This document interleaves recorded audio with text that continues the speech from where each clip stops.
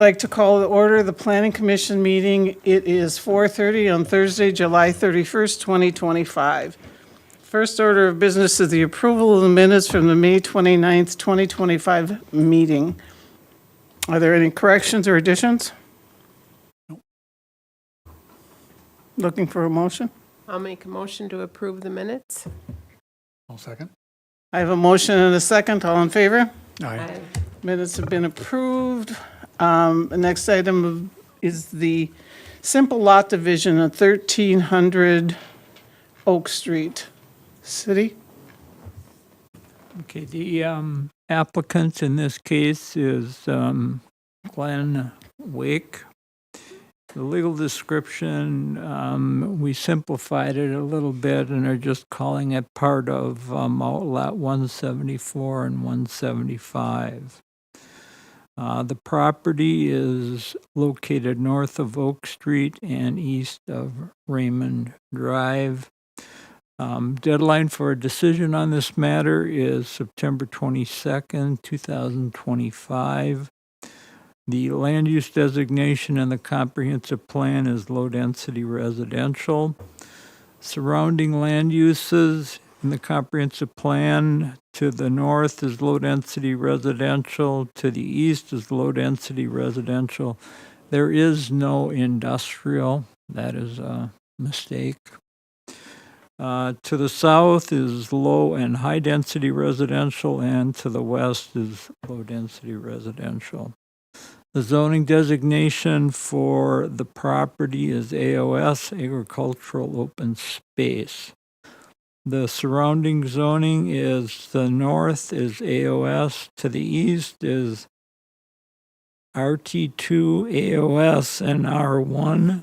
R1 being a single-family residence district. To the south, it's R1 and R4, which is high-density residential. And to the west, it's AOS and R1. The current site use is property is vacant. Area land uses include to the north, it's vacant, and then a farm site. To the east, vacant, and then single-family dwellings. To the south, single-family dwellings and multifamily dwellings, and to the west, it's vacant and single-family dwellings. Notice none is required. Public comment, none received to date. Glenn Wake is the owner of all or portions of Outlet 174, 175, and 176. Mr. Wake is proposing to sell portions of 174 and 175 to Bradley Altman et al. I might note that the et al. Includes Lisa Langer, so she's here representing the applicant. The Altman property is legally described as Lot 1, Block 1, Wake's 3rd edition. That lot fronts on Oak Street. The land to be purchased would match the side property lines of the existing lot. The rear property line of the current property is very steep. The acquisition of the property to the north would expand the size of the lot. The total amount of land being sold is approximately a half acre. Access to the property would be from both the Wake and from the property itself. There are no buildings on the property. Approximate dimensions of the property are 200 by 105 feet. The proposed legal descriptions can be found on Exhibit A. There are 5 attachments. Attachment 1 is the simple lot division petition. Attachment 2 is the site location map. Attachment 3 is the zoning map. Attachment 4 is the site map. And attachment 5 are ground level photos. And John has on the video monitor an aerial photo of the property. You can see Oak Street at the bottom of the page, and you can, the blue shaded area is what would be acquired in the area in between the street, and the blue shaded area is the applicant's property. Staff would recommend approval of the simple lot division with conditions since it complies with city code requirements. There are conditions. There are actually 5 of them. The first is that the approval is subject to the applicant recording the resolution authorizing the simple lot division with the Brown County Recorder's Office. Number 2 is that parcel A, and we would have to refer you to the Exhibit 1 where the legal descriptions are. Parcel A will form one parcel of property for tax and building purposes with Lot 1, Block 1, Wake's 3rd edition. Number 3, parcel B will form one parcel of property for tax and building purposes with Lot 1, Block 1, Wake's 3rd edition. Number 4, parcel A and B and Lot 1, Block 1, Wake's 3rd edition will be combined to form one lot and will be so platted with the next plat adjoining any part of this property. This is a condition that we have used in the past. And number 5 is that parcel A and B will be rezoned to R1. And that, again, should be done with the next rezoning that takes place in that particular area. That's also an action the Planning Commission could take itself if it so desired. There are 2 motions. One is to recommend approval. The other is to recommend denial. And that would conclude the staff report. Explain the rezoning to me one more time. We could take the initiative now to, The Planning Commission can initiate the rezoning of property. You have that, that's one of the authorities or powers that you have. Or we can wait until some other property in that area that adjoins it were to be petitioned for rezoning, and then what we would do is just attach it with that. Okay. This is a small piece of property, and it's not going to be sold or developed for any other, use. It's basically probably going to stay in its current condition. yes, So with the conditions that we see there, I'm assuming that the intent of most of those is to specify that the blue portion is not buildable by itself. Is that correct? Okay, Correct. all right. Is there an advantage to us initiating the rezoning? Since it's such a small piece, I don't know that it's worth the extra effort, but what's your view on that? That's up to you if you would like to do that.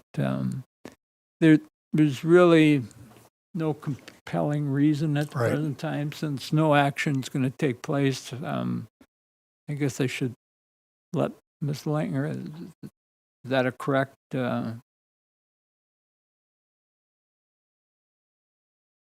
can you please step up to the microphone to state your name and address, please? Sure, I'm Lisa Langer, and we would be the purchasers of this piece of property. So if you came to my house and you looked at our yard, you would say, well, this makes all the sense in the world. And I think some of the pictures as you go through it demonstrate that. We're already planting a garden and flowers, and with Glenn's approval, it's just a steep hillside. So, but we had a variance when we built our house, so we're like 5 feet from the back of that, property line. This would just give us more.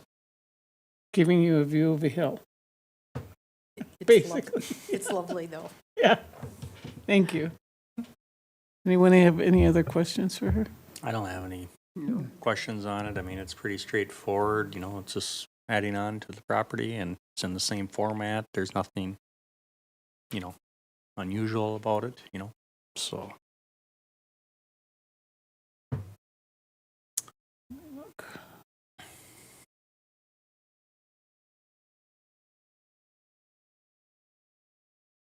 That's a good space for the garden. Is there currently access from the back side of the property? There's a note in the report that there's access from 2 ways, and I don't know. There must be off the gravel road behind some way to get in. Is that what they're saying? Well, Glen Wake's driveway goes above, so you can see it, but there's no road going down. But our driveway goes up the side, Okay, on the left side. and then comes around back, sort of circles, is it? It curves around, and that's our garage is on that back property line. Okay. So it comes up, from Oak and curves. Okay, I understand it then. Thank you.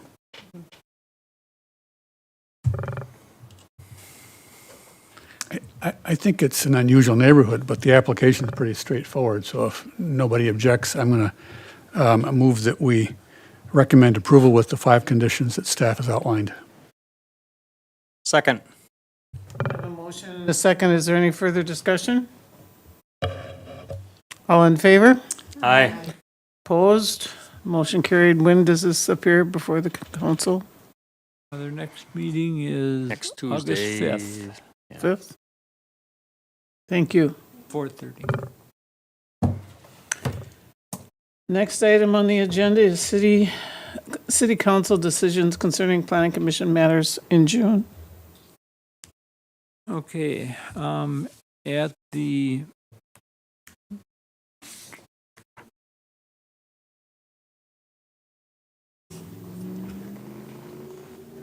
July 15th one, but not the July 1st one. So we'll give you July 15th. It works. At that particular meeting, they held a public hearing on the final plat of the Highland Apartments addition. That is also referred to as the Keepers Project. The address is 901 North Highland Avenue. There were 4 lots, 1 outlot and 1 street. And I believe that they closed on that property today, since we had to provide a number of resolutions for that purpose. They had the final plat of they had a public hearing on the final plat of Land Haven Edition. That's at 2211 Jacob Street. That is the property that will be subdivided into 28 lots, 2 outlots, and 1 street. Remember, it's a kind of a private development. And that project is proceeding. We're in the discussion of the development agreement at the present time, and that's really the last item. We had second consideration of ordinance number 2025-109. That is for Project Spark. That is located on South Minnesota Street, behind the Riverbend School. Sure. That's for tiny homes, 15 of them. They had the second consideration and, they had a request for additional tax abatement assistance by M&D Properties, LLC. and that would be at 2229 North Highland Avenue. Currently, they have 6 townhome units there, and they're proposing to build a second row of houses behind that. And there would be, I believe, yeah, as I said, six more. They currently have, I think, 8 units in the first row. They also had a council approve the development agreement with Highland Apartments Edition. Again, that's at 901 North Highland Avenue. And then finally, they had a request for tax abatement assistance from River Haven Housing. That's the project at 1800 North Highland Avenue. Also has some frontage on Maplewood Drive. There's 118 units. And there's some fairly large numbers with that project. $980,000 to River Haven for both project expenses, also some street expenses for the new services that they have to put in place. Then the EDA would get $120,000, and that is for providing the money that was used to purchase the property. And if you give me just a second.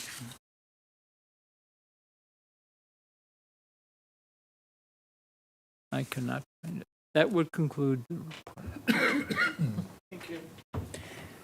There was no Heritage Preservation Commission meeting, so is there any other business that anyone has to bring up?